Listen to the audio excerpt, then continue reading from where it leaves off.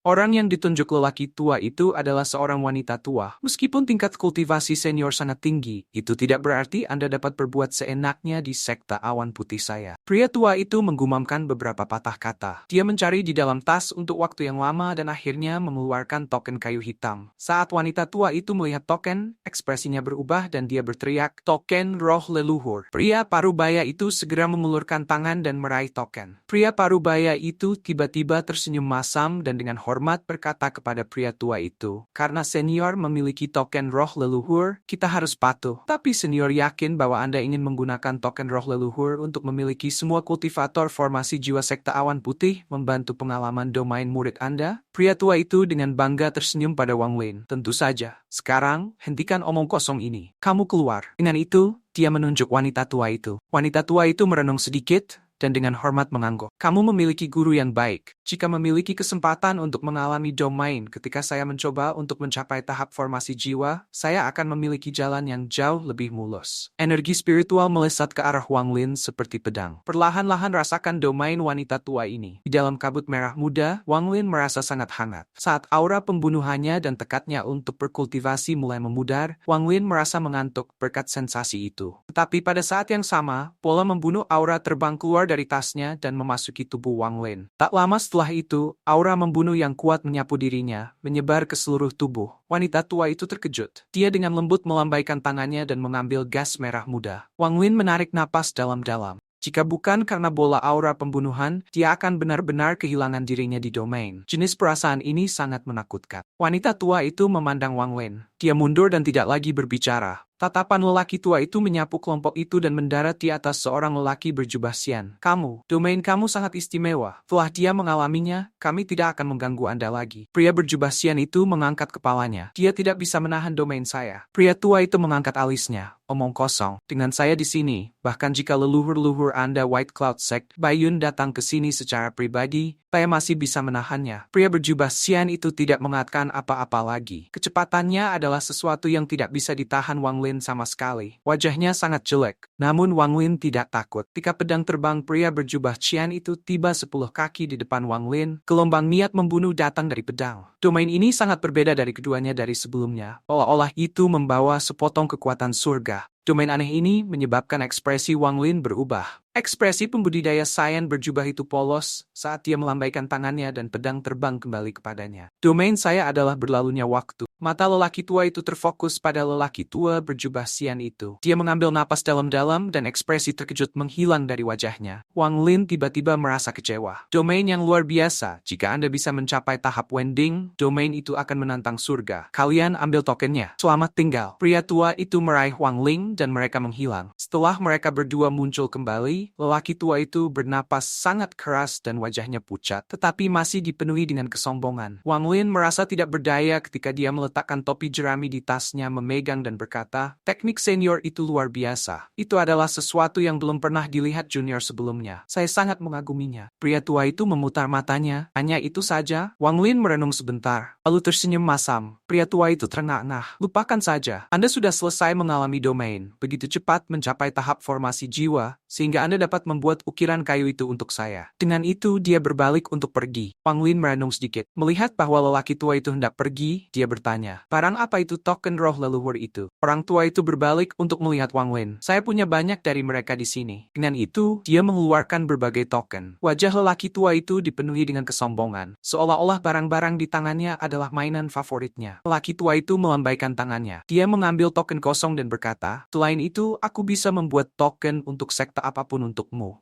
Saya telah menjual token yang tak terhitung jumlahnya selama bertahun-tahun. Anda dapat memeriksa reputasi saya jika Anda mau. Bagaimana dengan token kepala sekte White Cloud Sekte? Wang Lin merenung sebentar lalu berbalik dan pergi. Pria tua itu berbicara lama sekali sebelum akhirnya menyingkirkan token dan berkata, "Barang-barang ini adalah harta saya. Jika Anda tidak bisa menghargai mereka, maka saya tidak akan menjualnya kepada Anda." Wang Lin berjalan langsung kembali ke toko dan duduk bersila di sebelah kompor. Lingkungan sekitar benar-benar sepi. Wang Lin mendapatkan sepotong pengertian. Wilayah ini adalah sesuatu yang diperoleh ketika seseorang memahami surga berdasarkan pengalaman hidup mereka. Lalu apa domainnya sendiri? Wang Lin menutup matanya. Pada saat itu seluruh tubuhnya berubah. Setelah waktu yang lama, dia membuka matanya dan mengambil pisau untuk mulai mengukir. Potongan-potongan kayu jatuh ke tanah. Perlahan-lahan, potongan kayu itu berbentuk seseorang yang membentuk segel dengan satu tangan. Mata Wang Lin menjadi fokus. Jumlah serutan kayu di tanah meningkat. Kecepatan pisau Wang Lin meningkat sampai terbentuk bayangan. Wang Lin tidak memperhatikan semua ini saat dia melihat ukiran di tangannya. Ukiran itu sudah selesai. Pria parubaya itu tampak seperti masih hidup. Ukiran itu mengandung sepotong domain emosi putus asa. Namun, domain ini tidak dirilis sama sekali. Itu benar-benar terkandung dalam ukiran. Wang Lin perlahan menutup matanya. Setelah merasakannya untuk waktu yang lama, ia dengan lembut meletakkan ukiran pria parubaya itu di tanah. Wang Lin bergumam pada dirinya sendiri. Itu masih belum cukup. Wang Lin hanya bisa meniru domain emosi putus asa. Meskipun ia akhirnya bisa menyelesaikan ukiran, itu masih sangat berbeda dari domain emosi putus asa pria parubaya itu. Dia melambaikan tangannya dan bilahnya terbang kerak di samping. Dia mengambil sepotong kayu lagi dan menggunakan jarinya sebagai pisau pahat.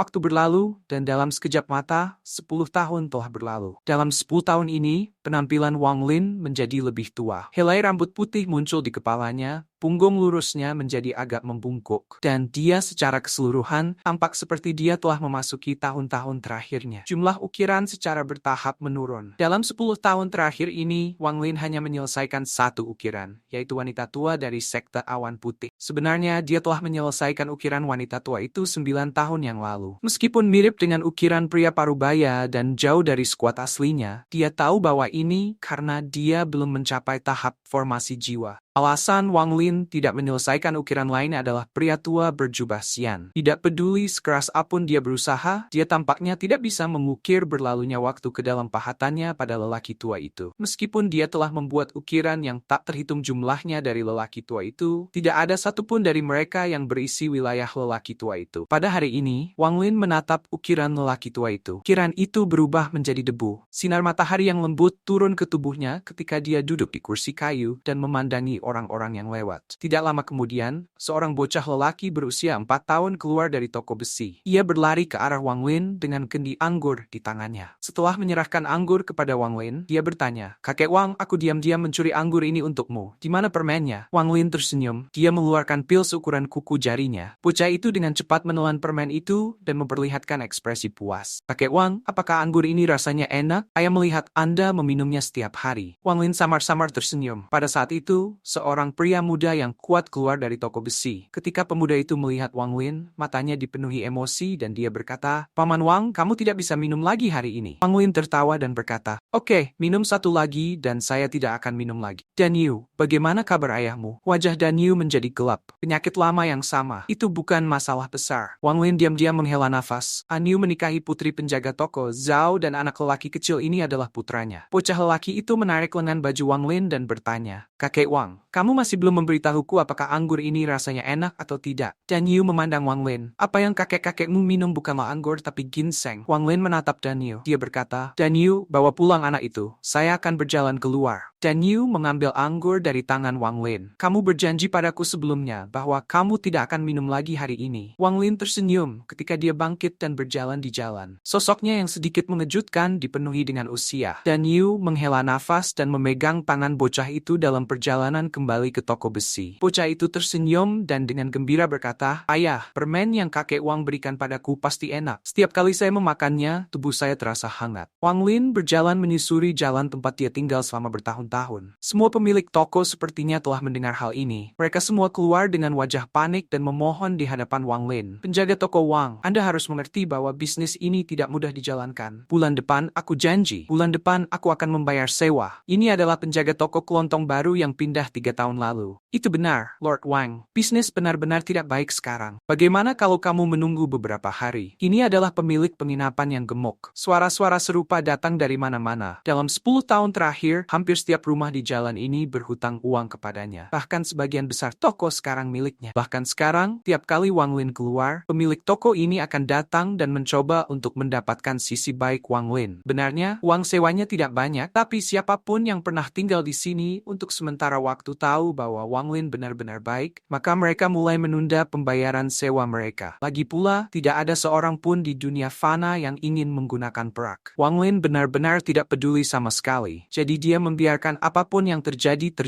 dan menganggapnya sebagai bagian dari memahami surga. Dalam 9 tahun ini, semuanya telah banyak berubah. Saya tidak mengumpulkan uang sewa hari ini. Anda semua bisa pergi. Semua pemilik toko menghembuskan napas dan pergi. Wang Lin berjalan menyusuri jalan dengan tangan di belakang punggungnya. Tepat pada saat itu, seekor kuda besar yang ditunggangi oleh seorang pria parubaya menuduhnya. Ekspresi pria parubaya itu sangat jelek dan ada darah segar bocor dari sudut mulutnya. Dia mengendarai kuda melewati sudut dan tepat ketika dia melewati Wang Lin, ia melompat dari kuda. Wajahnya pucat saat dia berlutut di tanah dan berkata, "Tolong selamatkan aku, Tuan Wang." Ekspresi Wang Lin normal saat dia melihat orang itu. "Orang ini adalah Su Tao." Wang Lin berkata, "Jika ada masalah, katakan padaku." Tuan Wang, yang mulia dalam bahaya. Setelah mendengar kata-kata Su Tao, Wang Lin mengerti apa yang terjadi. Yang mulia membuat marah seorang kultivator kuat. Begitu kultivator itu muncul, semua kultivator di sekitar Yang Mulia mundur, tidak mau terlibat. Sampai hari ini, Yang Mulia bersembunyi di dalam istana. Su Tao sangat pintar. Ketika dia lihat ada sesuatu yang salah, dia segera melarikan diri. Dia hanya bisa memikirkan Wang Lin. Sama seperti Su Tao berbicara, seorang kultivator muda berjalan di sudut. Dia tampak sangat suka memerintah saat dia berjalan menuju Su Tao. Setelah Su Tao melihat kultivator, tubuhnya menggigil. Dia menatap Wang Lin dengan putus asa dan memohon, "Selamatkan aku." Dengan itu, dia pingsan. Kultivator itu mencibir ketika dia memandang Wang Lin dan melambaikan tangannya. Pembudidaya ini jelas sangat kejam karena ia memasukkan Wang Lin ke dalam serangan juga. Di matanya, meskipun Wang Lin hanya manusia biasa, karena Su Tao melarikan diri ke tempat Wang Lin berada, maka hubungan mereka harus mendalam. Jadi dia mungkin juga membunuh mereka berdua. Adapun masalah yang disebabkan oleh manusia, tuannya akan menyelesaikan masalah baginya. Wang Lin memerutkan alisnya. Kultivator. Yayasan pendirian ini berani untuk menargetkannya dalam serangan itu. Ekspresi Wang Lin normal dan matanya tenang saat dia melambaikan tangannya seolah-olah dia mengusir nyamuk. Saat Wang Lin melambaikan tangannya, iblis Suli Guo muncul dan melahap tengkorak itu. Memberikan pandangan ganas kepada kultivator kecil itu sebelum perlahan-lahan menghilang. Wajah pembudidaya kecil itu menjadi merah dan dia batuk seteguk darah. Ini terjadi karena ketika tengkorak dihancurkan, jiwanya mengalami kerusakan. Kemudian, tanpa sepatah kata pun, pembudidaya kecil lari ketakutan. Wang Lin dengan dingin menatap sosok yang melarikan diri. Ia tidak membunuhnya karena dia hampir selesai dengan menjadi manusia dan tidak ingin menyia-nyiakan usaha untuk masalah kecil ini.